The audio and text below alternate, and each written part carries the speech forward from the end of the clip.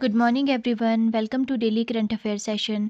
आज हम डिस्कस करेंगे 29 नवंबर के इंपॉर्टेंट करंट अफेयर्स। 29 नवंबर से जितने भी करंट अफेयर हमारे एग्जामिनेशन के लिए ज़रूरी रहेंगे उन सभी को हम यहाँ पर डिटेल में डिस्कस करेंगे। सेशन के एंड में हम कुछ क्वेश्चंस को भी डिस्कस करेंगे। सेशन काफ़ी इन्फॉर्मेटिव रहेगा एग्जामिनेशन पॉइंट ऑफ व्यू से, इसलिए वीडियो को एंड तक ज़रूर देखना। अगर अभी तक आपने मेरे चैनल को सब्सक्राइब नहीं किया है तो प्लीज़ मेरे चैनल को सब्सक्राइब कीजिए, वीडियो को लाइक और शेयर कीजिए। सेशन की शुरुआत करते हैं अवार्ड्स के साथ। Kamikara wins global rum brand of the year award 2025।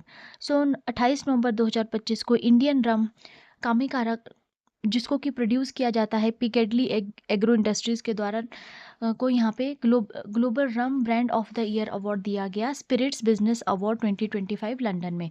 First time ऐसा हुआ है कि किसी इंडियन रम को ये ग्लोबल रिकॉग्निशन दिया गया है रम कैटेगरी में। इससे पहले ये जो कैटेगरी थी ग्लोबल लेवल पे डोमिनेट की जाती थी कैरिबियन और लैटिन अमेरिकन प्रोड्यूसर्स के द्वारा। अब कुछ स्पेशल फीचर्स देख लेते हैं कामिकारा रम के। तो ये इंडिया की first pure cane juiced aged रम है। मोस्टली ये जो रम है मोलेशियस से बनाई जाती है। इस एजिंग के लिए इसमें जो है अमेरिकन ओक बैरल्स का यूज़ किया जाता है और इसको नॉर्थ इंडिया का जो यूनिक क्लाइमेट है वहाँ पे इसकी एजिंग की जाती है। ये अवेलेबल रहती है 3 ईयर्स, 8 ईयर और 12 ईयर्स एक्सप्रेशंस में ये अवेलेबल रहती है। इसके अलावा इसमें कोई भी कलर ऐड नहीं किए जाते, फ्लेवर्स ऐड नहीं किए जाते और शुगर भी जो है इसमें ऐड नहीं की जाती, जो कि इंश्योर करती है इसकी प्योरिटी और ऑथेंटिसिटी को। Spirit business award one of the most respected platform है ग्लोबल स्पिरिट इंडस्ट्री में, और जजेस ने यहाँ पे प्रेज किया है कामिकारा को as a pioneer in its own category redefining India's rum narrative. ठीक है, तो जो हमारी कामिकारा रम है, जजेस ने इसको पायोनियर बताया है इसकी अपनी ही कैटेगरी में। ये जो विन इंडिया को मिली है, इससे जो है एलिवेट हुआ है हमारी presence in premium spirit market. और इसके अलावा जो यहाँ पे एक तरह का चैलेंज हमारे इंडियन रम ने यहाँ पे क्रिएट किया है for Caribbean and Latin American dominance जो रम फील्ड में रही है। एनकरेज हुआ है यहाँ पे इनोवेशन इंडिया की क्राफ्ट स्पिरिट इंडस्ट्री में, और वैलिडेट किया गया है इस विन से हमारे जो इंडिया का पोटेंशियल है as a rum exporting nation. ठीक है, ब्रांड स्ट्रैटेजी अगर हम देखें तो कामिकारा जो है यहाँ पे अडॉप्ट करता है बार्टन फर्स्ट अप्रोच को, और जिससे को कि यहाँ पे ये बिल्ड करा है ट्रस्ट, हॉस्पिटैलिटी और जो मिक्सोलॉजी कम्युनिटी है। ठीक है ना। और इसके अलावा जो शालिनी शर्मा है head of marketing at Piccadilly Agro, उन्होंने इस जो ये अवार्ड दिया गया है इसको एक माइलस्टोन बताया है इंडिया रम कैटेगरी के लिए। ये जो ब्रांड है इसका मेन फोकस जो रहता है वो रहता है क्राफ्ट्समैनशिप पर, हेरिटेज और ट्रांसपेरेंसी के ऊपर, जिससे कि इसकी जो प्रेजेंस है इंटरनेशनल मार्केट में वो स्ट्रांग हुई है। थोड़ा सा रिकैप कर लेते हैं। तो ये जो अवार्ड है ये है brand drum of the year award, और इसको जो है दिया गया स्पिरिट्स बिजनेस अवार्ड 2025 जो कि लंदन में आयोजित किया जा रहा था। विनर इसमें रहा Kamikara Piccadilly agro industries limited, North India यहाँ पे हमारे जो है वो रीजन रहा है। रम टाइप है pure cane juiced aged rum, और एजिंग वेरिएंट्स में 3 ईयर, 8 ईयर और 12 ईयर वेरिएंट्स में ये अवेलेबल होती है। इसके अलावा स्पेशल फीचर्स में इसके आ जाते हैं नो एडिड कलर, शुगर और आर्टिफिशियल फ्लेवर। सिग्निफिकेंस अगर देखें हम तो फर्स्ट इंडियन रम है to win at a global spirits competition. Next news, doctor B R Ambedkar's bust unveiled at UNESCO Paris. तो 26 नवंबर 2025 जब हमने अपना कॉन्स्टिट्यूशन डे यहाँ पर सेलिब्रेट किया इंडिया में, तो यहाँ पर जो है एक इंटरनेशनल ट्रिब्यूट दिया गया डॉक्टर भीमराव अम्बेडकर जी को, और उनका जो है बस्ट अनवील किया गया यूनेस्को हेडक्वार्टर पेरिस फ्रांस में। डॉक्टर अंबेडकर की अगर हम बात करें तो वो चीफ आर्किटेक्ट है इंडिया के कॉन्स्टिट्यूशन के, और उनको जो है वर्ल्ड वाइड सेलिब्रेट किया जाता है उनका जो वर्क है जस्टिस, डेमोक्रेसी और एजुकेशन में। ये जो बस्ट अनवील किया गया है यूनेस्को में, इससे पता चलता है कि कैसे उनके आइडियाज़ जो बियॉन्ड इंडिया भी जो है उनका कनेक्शन है, और ये यहाँ पे कनेक्ट करते हैं global values of equality and human rights. Ceremony अगर देखें हम तो जो इसको अनवील किया गया था सेरेमनी में और लीड किया गया था विशाल वी शर्मा, जो कि इंडिया के एम्बेसडर है और परमानेंट रिप्रेजेंटेटिव है यूनेस्को में। डिप्लोमेट्स में UNESCO officials, members of Indian diaspora ने इवेंट को जो है अटेंड किया, और इसको जो ऑर्गेनाइज किया गया था permanent delegation of India to UNESCO. PM ने इस इंस्टॉलेशन को एक मीनिंगफुल ट्रिब्यूट बताया है कॉन्स्टिट्यूशन डे के दिन और डिस्क्राइब किया है अम्बेडकर जी को as a global icon of equality and justice. UNESCO connection अगर हम देखें तो according to ambassador mister Sharma, जो अंबेडकर जी हैं उनके आइडियाज़ जो हैं like education equality and constitutional morality, ये अलाइन करते हैं यूनेस्को का जो मिशन है प्रमोट करना human rights, education and inter cultural dialogues को उनके साथ ही अलाइन करते हैं।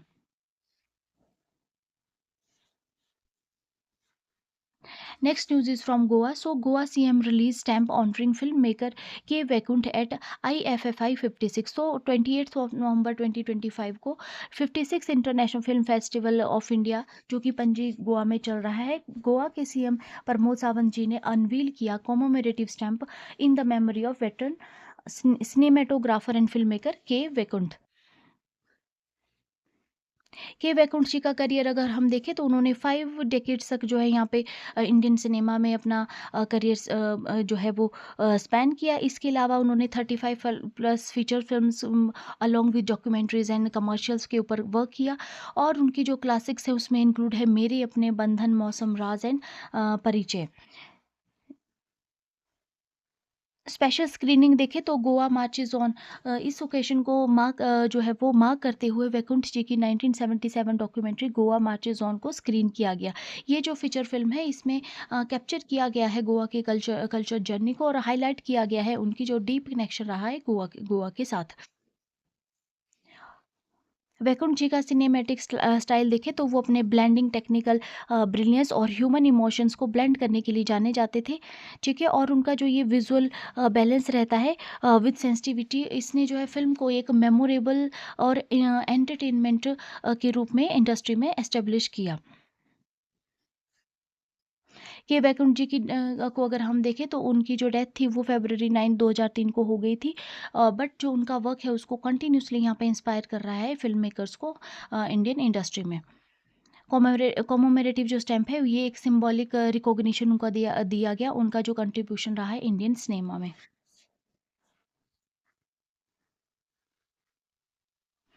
Next news is from cyclone Senyar. So एक लो प्रेशर एरिया डेवलप हुआ है स्टेट ऑफ मलक्का में जो कि जिसने कि एक रूप ले लिया है साइक्लोनिक स्टॉर्म का।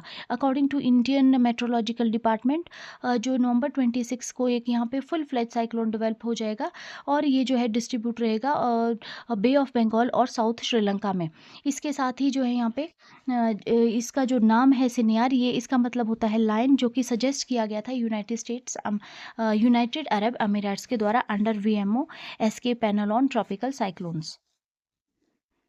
ये जो पैनल होता है इसके 13 मेंबर रहते हैं जो कि यहाँ पे सबमिट करते हैं नेम्स, एडवांस में ही नेम्स यहाँ पे सबमिट कर दिए जाते हैं। नेम्स जो होते हैं वो न्यूट्रल होते हैं, नो पॉलिटिकल, रिलीजियस और कल्चर बायस इसमें रहता है, शॉर्ट रहते हैं, यूजली 8 लेटर्स के ये नेम रहते हैं और easy to pronounce. Current impact अगर हम देखें तो इस साइक्लोन का, तो इसमें जो रीजन अफेक्ट रहेंगे वो अंडमान एंड निकोबार रहेंगे इंडिया में और इसके अलावा तमिलनाडु, केरला, आंध्र प्रदेश, यमन, पुडुचेरी, लक्षद्वीप, यहाँ पर भी जो है विंड और स्टॉर्म रेन देखी जाएगी। और जो है यहाँ पे sea condition Andaman sea, strait of Malacca और जो बे ऑफ बंगाल में यहाँ पे काफ़ी रफ रहने वाली है। अथॉरिटीज़ ने यहाँ पे वार्न किया है फिशरमैन को और कोस्टल कम्युनिटीज़ को कि वो अवॉइड करें समंदर के आसपास। इसके साथ-साथ साइक्लोन दितवा ये भी जो है यहाँ पे जो है बन रहा है तमिलनाडु कोस्ट के आसपास। तो साइक्लोन दितवा जो है ये इसकी फॉर्मेशन हुई है south west bay of Bengal और जो है ये मूव कर रहा है नॉर्थ वेस्ट डायरेक्शन में। एज़ ऑन नवंबर 27 ये जो स्ट्रेंथ इसको काफ़ी ज़्यादा मिलेगी और एक डीप डिप्रेशन ये क्रिएट करेगा जो कि एक लीड करेगा एक साइक्लोनिक स्टॉर्म को।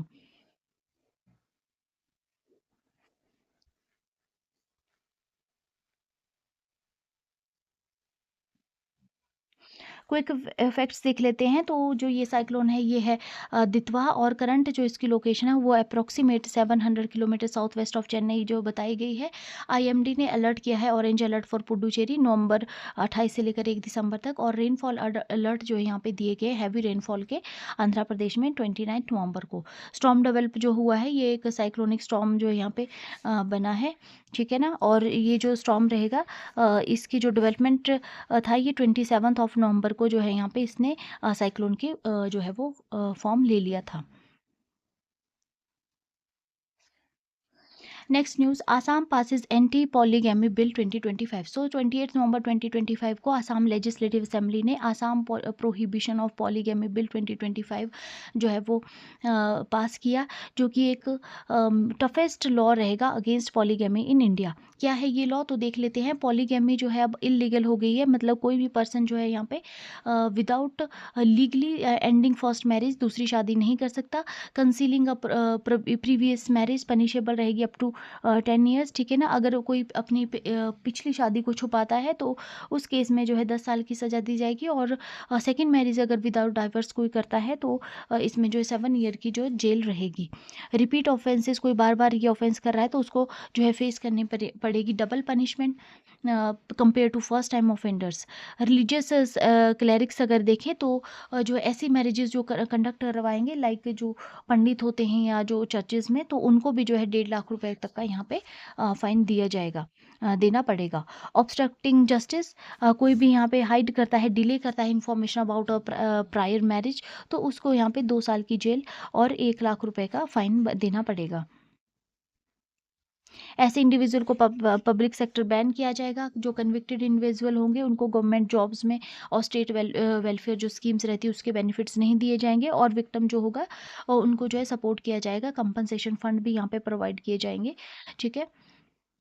ये जो लॉ है ये अप्लाई नहीं रहेगा ट्राइबल कम्युनिटीज़ के अंदर, जो कि आते हैं 6th शेड्यूल, जिसमें कि इंक्लूडेड हैं आसाम के कार्बी एंगलोंग, दीमा, हासाओ और Bodoland.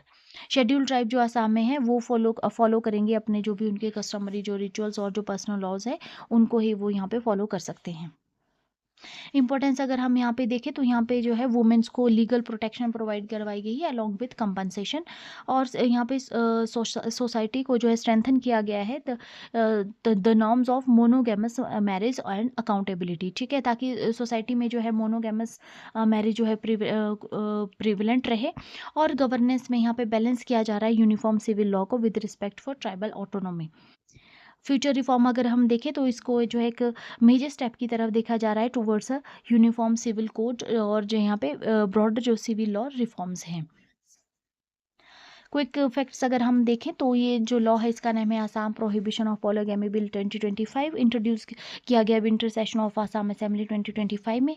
Punishment for concealment up to 10 years है, punishment for second marriage without divorce up to 7 years, repeat offenders के लिए डबल पनिशमेंट रहेगी। और एग्जाम्पशन यहाँ पे दिया गया है 6 schedule areas and schedule tribes को। इसके अलावा जो है इन एलिजिबिलिटी क्लॉज में नो गवर्नमेंट जॉब्स और स्टेट बेनिफिट्स फॉर ऑफेंडर्स और विक्टिम सपोर्ट में कंपनसेशन फंड्स यहाँ पे दिए जाएंगे अफेक्टेड वुमेन को। Next news, Chanakya defence dialogue 2025। So Chanakya defence dialogue जो है यहाँ पे आयोजित किया गया 27 और 28 नवंबर को न्यू दिल्ली में, जिसमें कि शोकेस किया गया इंडिया की long term military transformation plan को, और जिसमें कि फोकस किया गया इंडियनाइजेशन टेक्नोलॉजी और मल्टी डोमेन वॉरफेयर के ऊपर। इवेंट ये जो था 3rd एडिशन था चाणक्य डिफेंस डायलॉग का। होस्ट इसको इंडियन आर्मी ने किया in collaboration with the centre for land warfare studies. Location इसकी रही मानेक शॉ सेंटर न्यू दिल्ली, और डेट्स जो थी वो थी इवेंट की 27 से 28 नवंबर 2025। और थीम इसका रहा रिफॉर्म टू ट्रांसफॉर्म सशक्त सुरक्षित और विकसित Bharat. Chief of army staff general Upendra Dwivedi यहाँ पे प्रेजेंट रहे।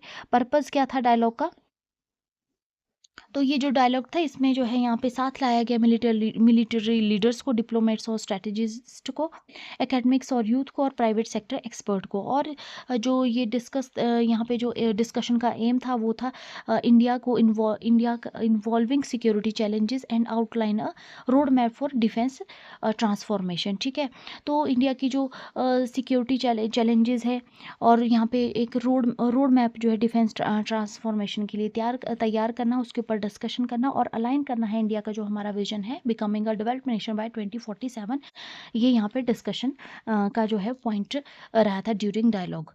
प्रेसिडेंशियल इनॉग्रेशन में हमारे जो प्रेसिडेंट थी उन्होंने इवेंट को इनॉग्रेट किया था 27 नवंबर को, और उन्होंने जो है यहाँ पे प्रेज किया इंडियन आर्मी का जो प्रोफेशनलिज्म और अडेप्टेबिलिटी है। आर्मी चीफ ने यहाँ पे रोड मैप बताया 2047 के लिए। जनरल जो उपेंद्र द्विवेदी जी हैं, उन्होंने 3 फेज़ ट्रांसफॉर्मेशन स्ट्रेटजी यहाँ पे बताई, जिसमें फ़ेज़ 1 जो है वो 2032 तक रहेगा, और फ़ेज़ 2 जो है वो 2037 तक चलेगा, और जो फ़ेज़ 3 है वो 2047 तक चलेगा। फ़ेज़ 1 में यहाँ पे एक्सेलरेट किया जाएगा रीऑर्गेनाइजेशन को, डॉक्ट्रिनल रिफॉर्म्स को, और अडॉप्शन किया जाएगा न्यू टेक्नोलॉजीज़ का। फ़ेज़ 2 में कंसोलिडेशन रहेगी रिफॉर्म्स की, स्ट्रक्चर रेडीनेस, और एनहांस किया जाएगा ऑपरेशनल स्ट्रेटजी को। और जो फ़ेज़ 3 रहेगा बाय 2047, उसमें फुली डिजिटाइज, सेल्फ रिलायंट और अजाइल फोर्स को किया जाएगा, और इसके अलावा इंटीग्रेटेड किया जाएगा इसको with India's national development goal for 2047। Next news, Asian Paints partner with team India 2025 to 2028। So 28 नवंबर 2025 को इन एशियन पेंट्स ने यहाँ पे अनाउंस किया है 3 year deal with the board of control for cricket in India, यानी बीसीसीआई, और यहाँ पे ये ऑफिशियली कलर पार्टनर बन गया है टीम इंडिया का। हाइलाइट्स देख लेते हैं तो डील के, ये जो डील रहेगी ये 3 साल की रहेगी, 2025 से 2028 तक, और ये कवर करेगी 110 मैचेस को, जिसमें men's, women's and domestic games जो खेली जाएंगी इंडिया में वो इसमें इंक्लूड रहेगी।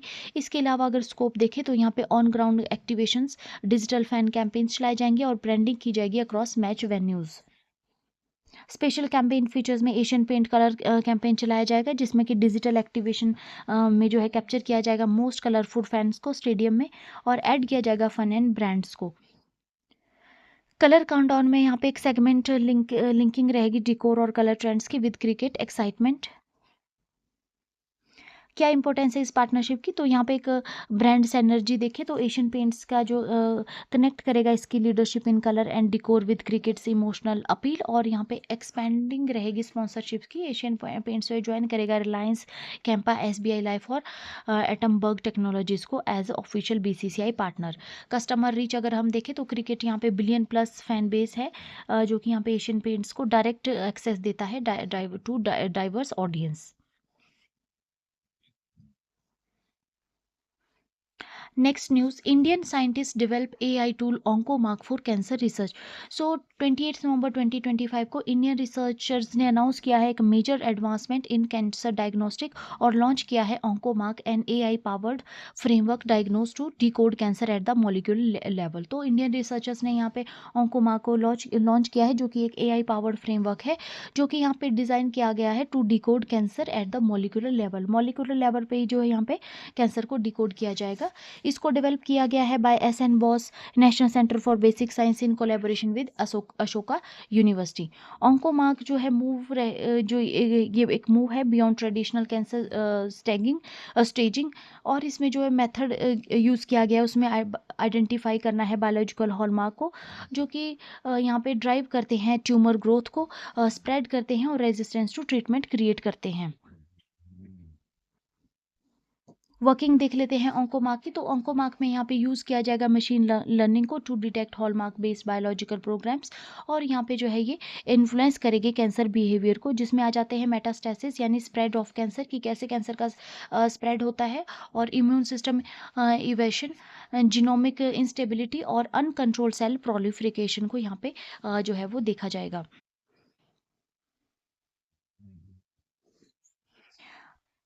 अचीवमेंट्स में देख लेते हैं तो यहाँ पे 3.1 million single cells from 14 cancer types पर भी यहाँ पे इसको जो है वो ट्राई किया गया है। इसके अलावा जो है यहाँ पे सिंथेटिक सूडो बायोप्सिस को यहाँ पे यूज़ किया गया है to model tumour progression dynamically, और अचीव किया गया है यहाँ पे over 99% accuracy in internal testing में 99% अचीव जो है वो एक्यूरेसी अचीव की गई है, और 96% plus accuracy across independent patients database यहाँ पे मेंटेन किया गया है। वैलिडेट किया गया है 20,000 पेशेंट सैंपल्स को from 8 major cancer data sets. Importance अगर हम देखें तो प्रिसीजन मेडिसिन यहाँ पे जो है ट्रीटमेंट के लिए मॉलिक्यूलर बिहेवियर पे यहाँ पे दी जा सकेगी। अर्ली डिटेक्शन जो रहेगी वो हेल्प करेगी आइडेंटिफाई करने में एग्रेसिव कैंसर्स को, और ड्रग रिस्पॉन्स एनालिसिस यहाँ पे की जाएगी। प्रिडिक्ट किया जाएगा कि कैसे जो है ट्यूमर यहाँ पे रिएक्ट कर रहा है थेरेपीज को। ग्लोबल इम्पैक्ट अगर देखें हम तो पोजिशन यहाँ पे इंडिया की as a contributor to cutting edge cancer research में इंडिया की स्ट्रॉन्ग बनती है।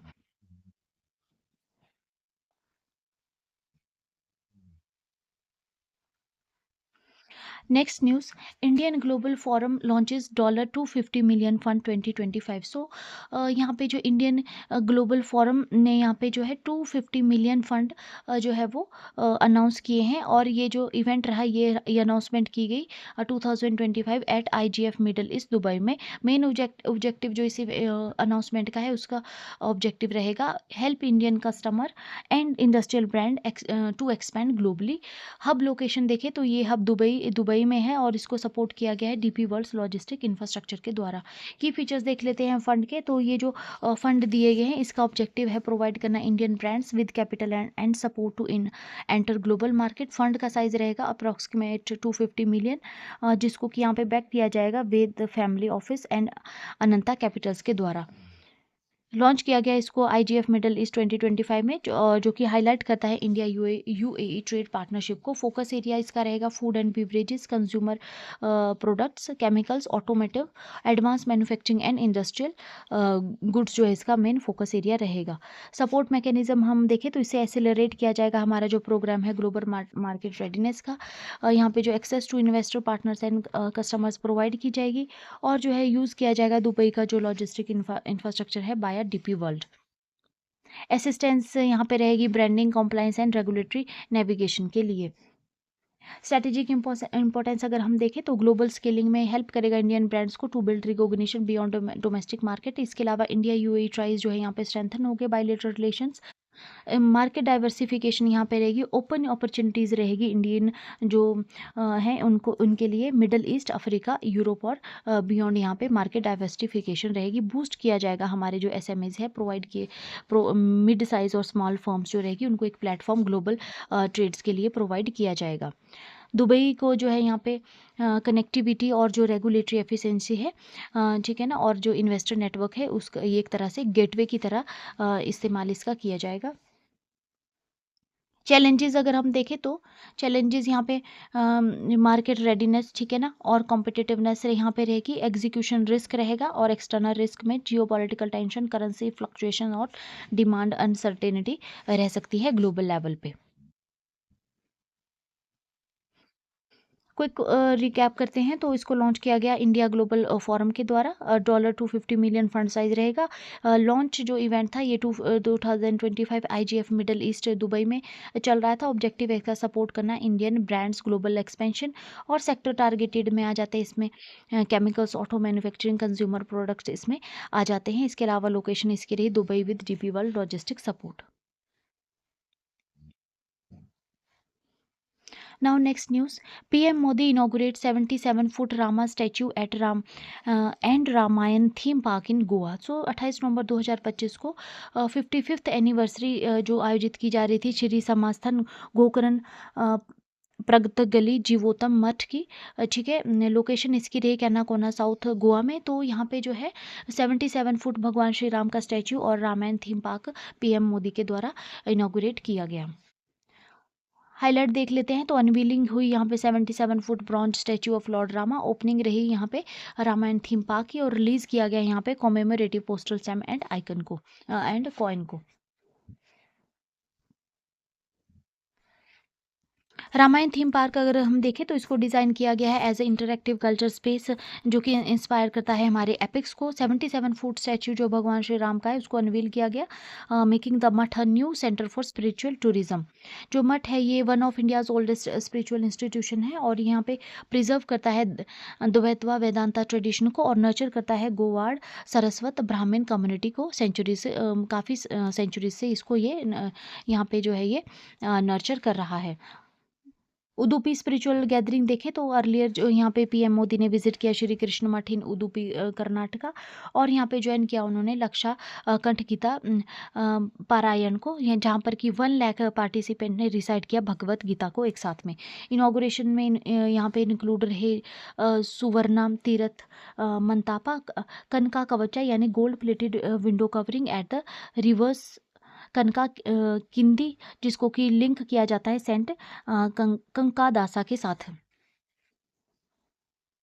सिग्निफिकेंस अगर हम देखें इस अनवीलिंग का, तो कल्चर रिवाइवल यहाँ पे रहा है। भगवान श्री राम का जो रामायण थीम पार्क है, ये जो है यहाँ पे इंडिया का जो एपिक है, हेरिटेज है, उसको अलाइव करता है फ्यूचर जनरेशंस के लिए। स्पिरिचुअल यूनिटी यहाँ पे लाई गई है। जो मास गीता रिसाइटेशन उदुपी में की गई, ये यहाँ पे सिंबलाइज करता है कलेक्टिव डिवोशन वैल्यूज़ को। और लीगेसी जो यहाँ पे 55 550 ईयर सेलिब्रेशन जो प्रगतगिली मठ जो है हाईलाइट करती है इसका रोल इन वैदिक ट्रेडिशन एंड कम्युनिटी डेवलपमेंट में। मॉडर्न इंटीग्रेशन अगर हम देखें तो यहाँ पे यूज़ किया गया use of thematic park, digital media and commemorative release show जो है यहाँ पे बताता है कि कैसे ट्रेडिशन यहाँ पे लिंक हो रहा है with modern India.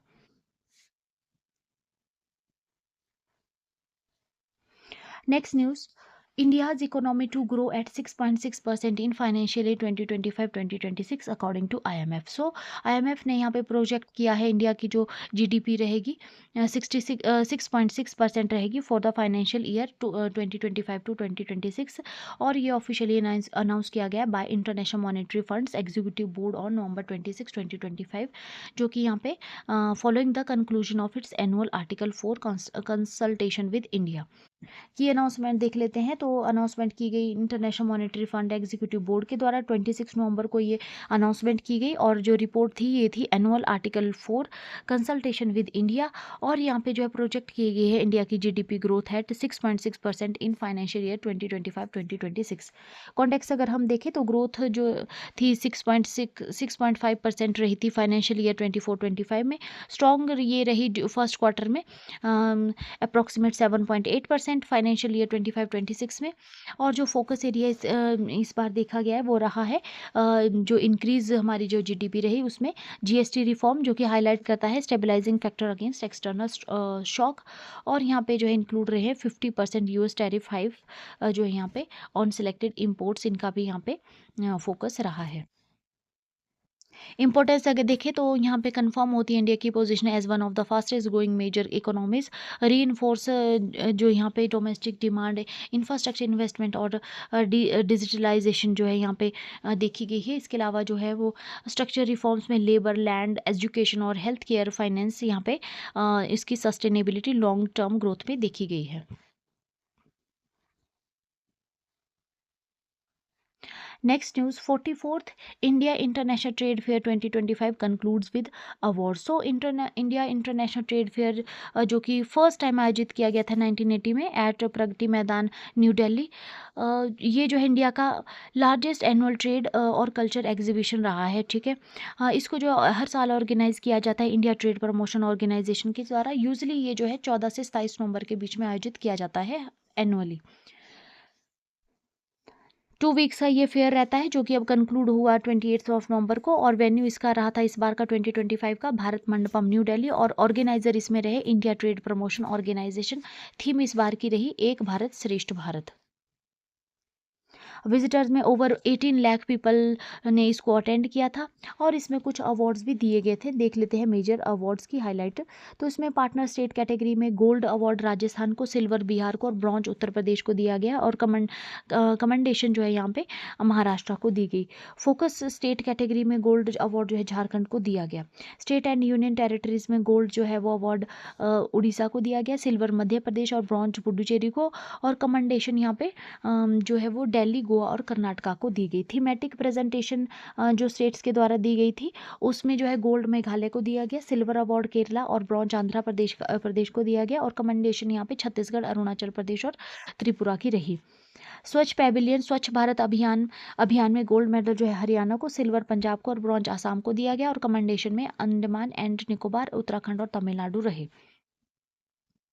Ministries, PSUs and boards को देखें तो मिनिस्ट्रीज एंड गवर्नमेंट डिपार्टमेंट्स में जो है गोल्ड अवार्ड दिया गया मिनिस्ट्री ऑफ डिफेंस को, सिल्वर दिया गया मिनिस्ट्री ऑफ माइंस को, ब्रॉन्ज दिया गया मिनिस्ट्री ऑफ रेलवे को। और कमेंडेशन में ministry of AYUSH, ministry of power, ministry of rural development यहाँ पे रहे। मिनिस्ट्रीज, पीएसयू एंड पीएसबीज में gold airport authority of India को, silver national e governance division को और bronze food corporation of India को दिया गया। कमेंडेशन में ministry of textile, state bank of India और एलआईसी रहे। कमोडिटी बोर्ड में gold price tea board of India को दिया गया, सिल्वर स्पाइस बोर्ड को दिया गया, ब्रॉन्ज जो है कॉयर बोर्ड को दिया गया और कमेंडेशन में national turmeric board, coconut development board, national jute board यहाँ पे रहे।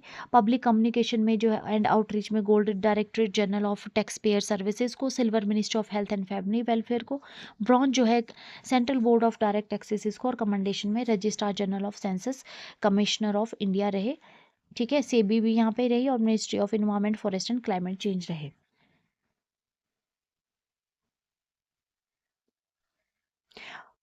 एम्पावरिंग इंडिया में मिनिस्ट्रीज एंड डिपार्टमेंट देखें तो गोल्ड यहाँ पे मिनिस्ट्री ऑफ एग्रीकल्चर और फार्मर्स को, सिल्वर मिनिस्ट्री ऑफ एमएसएमई और ब्रॉन्ज जो है एनबीसी इंडिया लिमिटेड को दिया गया। फॉरेन पैविलियन में गोल्ड जो है Thailand Thai SME exporter association को, और जो है सिल्वर ईरान को दोरना सैयद मकरन और ब्रॉन्ज जो है Dubai Al Rawda general trading LLC को दिया गया।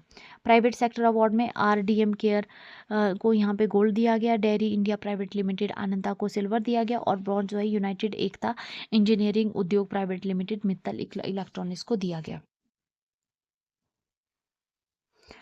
लास्ट देख लेते हैं कलिनरी एंड वेंडिंग एक्सीलेंस में, तो फूड स्टॉल्स में गोल्ड जो है बंसल फूड एंड बेवरेजेस को, सिल्वर रोहिलिया फूड प्राइवेट लिमिटेड और ब्रॉन्ज जो है दाना पानी को दिया गया। और वेंडिंग पॉइंट्स में जो है गोल्ड दाना पानी, सिल्वर गठबंधन फार्म्स और ब्रॉन्ज जो है बंसल फूड बेवरेजेस को दिया गया।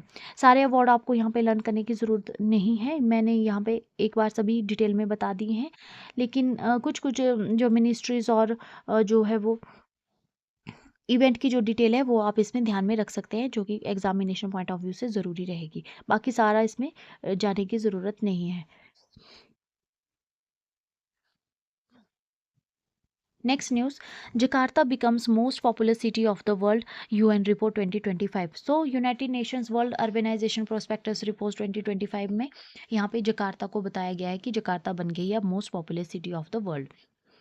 ये जो अनाउंसमेंट है रिपोर्ट में की गई है 28 नवंबर 2025 को और हाईलाइट किया गया है जकार्ता ने ओवरटेक किया यहाँ पे टोक्यो को as a world most popular city. Population अगर हम जकार्ता की देखें तो 42 मिलियन इस बार रही है, जो कि रैंक 1 अब बन गया है और 3 टॉप सिटीज़ में आ जाते जकार्ता। नंबर 2 पे Dhaka Bangladesh with 37 million and Tokyo Japan with 33 million.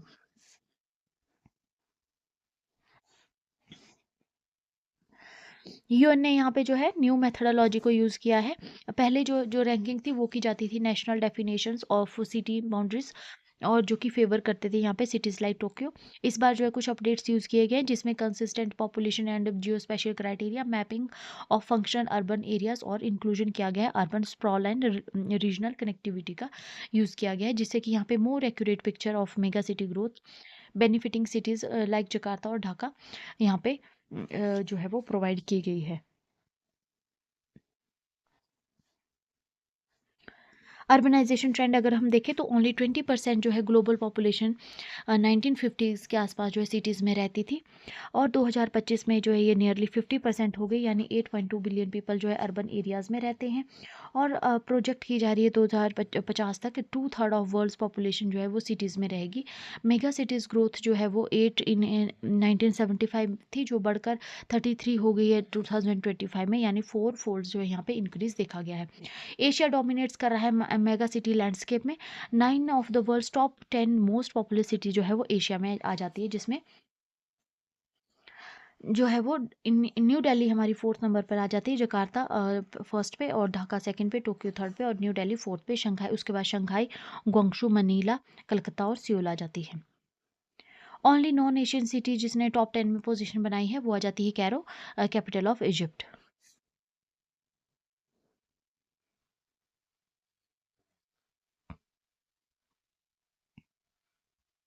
Next news is from the sports section. So Giovanna Di Squaria wins bronze for India at World Jiu-Jitsu Championship 2025। So athlete है यहाँ पे जियोवाना D सिक्वेरिया, जिनकी as 10 साल है और Goa India से ये belong करती है। इन्होंने ब्रॉन्ज मेडल जीता है। कैटेगरी आ जाती है अंडर 28 kg इन्फेंट गर्ल्स। ठीक है, इवेंट जो रहा था वो था वर्ल्ड प्रोफेशनल जियो जित्सु चैंपियनशिप 2025। लोकेशन जो थी इस इवेंट की वो रही थी अबू धाबी, अबू धाबी, और जो डेट थी वो थी नवंबर 28 2025। यहाँ पे जो है जियोवाना ने ये एक रिमार्केबल कमबैक किया था आफ्टर, मतलब अगर हम बात करें इनकी, तो 5 मंथ्स पहले जो है जियोवाना की जो है एक नी सर्जरी हुई थी, जिससे कि इनकी ट्रेनिंग रुक गई थी। इसके बाद उन्होंने जो है यहाँ पे रिटर्न किया at the kick boxing national championship gradually, और ठीक है ना।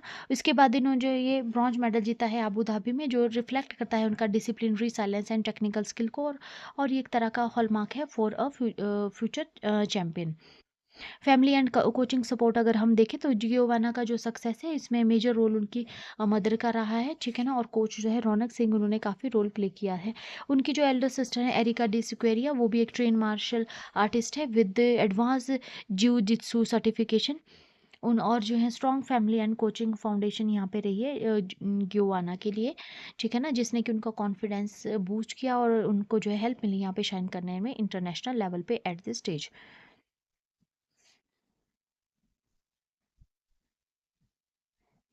की पॉइंट्स देख लेते हैं, तो गुयाना डी स्क्वेरिया 10 ईयर ओल्ड है, इन्होंने ब्रॉन्ज मेडल जीता है अंडर 28 kg इन्फेंट गर्ल जी कैटेगरी में। इवेंट रहा वर्ल्ड प्रोफेशनल जियो जित्सु चैंपियनशिप 2025 आबू धाबी, और यहाँ पे जो है वो सपोर्ट किया गया उनको उनके coach Raunak Singh and mother Lourdes D और एंड सिस्टर एरिका के द्वारा। हाईलाइट करता है इंडिया का जो राइजिंग प्रेजेंस है in youth and martial arts world wide. Next news, women premier league 2025 auctions. तो दीप्ति शर्मा की यहाँ पे हिस्टोरिक बिड रही है। इंडियन ऑलराउंडर जो दीप्ति शर्मा है वो बन गई हैं costlier player at the world women premier league 2025 auction. उनका जो प्राइस रहा वो रहा 3.2 करोड़, ठीक है, सेकंड हाईएस्ट रही वो लीग हिस्ट्री में। इससे पहले जो है वो स्मृति जो मांधाना थी, उनको 3.4 करोड़ में जो है वो उनका ऑक्शन हुआ था 2023 में। यूपी वॉरियर ने जो है यहाँ पे यहाँ पे जो है वो दीप्ति को यहाँ पे रिटेन किया है, ठीक है ना। और ये जो रिकॉग्निशन है ये यहाँ पे जो Indian player of the tournament award 2025 जो है इनको दिया गया था, जब जो है उन्होंने 22 विकेट्स लिए थे, ठीक है, वर्ल्ड कप के दौरान। ये इनका जो है रिसेंटली रिकॉग्निशन रहा है। टॉप बायर्स देख लेते हैं, तो अमेलिया केयर जो कि न्यूजीलैंड की, उनको जो है मुंबई इंडियंस ने बाय किया है 3 करोड़ में। मोस्ट एक्सपेंसिव ओवरसीज प्लेयर वो रही है शिखा पांडे, इंडिया की रही है, उनको यूपी बॉडीज ने 2.4 करोड़ में यहाँ पे रिटेन किया है। इसके अलावा एलिजा हेली ऑस्ट्रेलिया की रही है, जिनको कि जो कि अनसोल्ड रही है डिस्पाइट हर जो है वो मार्क्यू जो उनकी रेपुटेशन है उसके बावजूद भी इस बार ये अनसोल्ड रही है एलिसा हेले ऑस्ट्रेलिया से। ऑक्शन ओवरव्यू अगर हम देखें, तो टोटल प्लेयर 67 सोल्ड हुए हैं अक्रॉस 5 फ्रेंचाइजीज, और टोटल स्पेंड इसमें हुआ है 40.8 करोड़ का। मिक्स्ड एक्सपीरियंस यहाँ पे इंटरनेशनल डोमेस्टिक टैलेंट और रिटर्निंग स्टार्स का देखा गया है, जो कि यहाँ पे रिफ्लेक्ट कर रहा है maturing structure of women premier league. Women premier league जो 2026 का होगा, ये स्टार्ट हो जाएगा 9 जनवरी से और चलेगा 5 फरवरी 2026 तक। वेन्यू इसका रहेगा नवी मुंबई एंड वडोदरा। फाइनल जो वो शेड्यूल है just 2 days before the men's T20 world cup, जिसको कि होस्ट किया जाएगा इंडिया एंड श्रीलंका के द्वारा।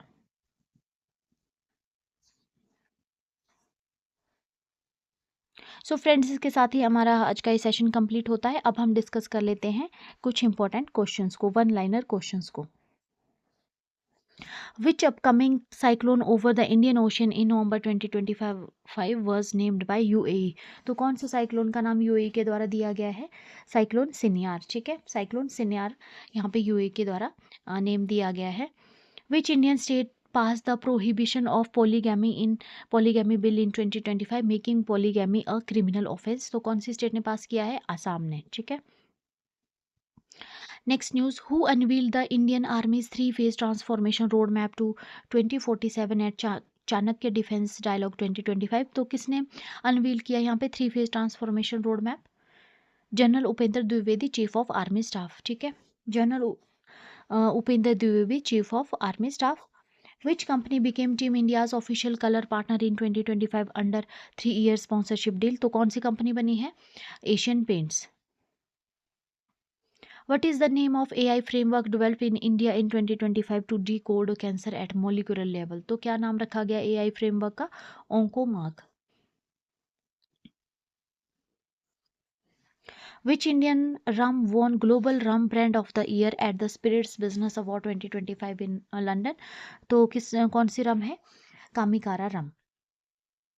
How much is the Indian global forum fund launched in Dubai in 2025 to help Indian brands to go global? तो कितना fund यहाँ पे लॉन्च किया गया है? $250 मिलियन। ठीक है, $250 मिलियन जो है यहाँ पे लॉन्च किया गया है इंडियन ग्लोबल फोरम के द्वारा। Next question, what GDP growth rate did IMF project for India in financial year 25-26? तो कितना प्रोजेक्ट किया गया है?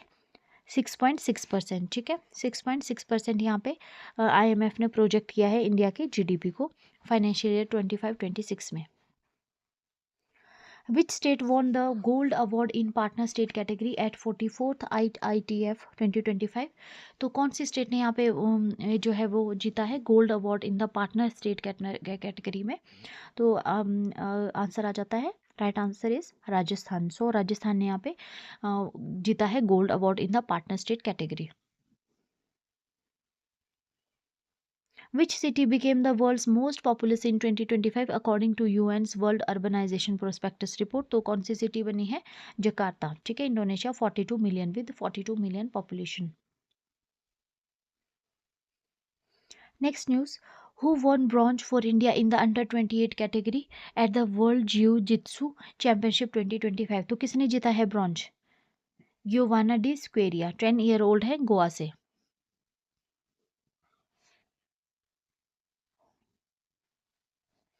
Which edition of the Nilgiri earth festival is being celebrated in 2025? तो 4th एडिशन जो है नीलगिरीज अर्थ फेस्टिवल का ऑर्गेनाइज किया जाएगा 2025 में।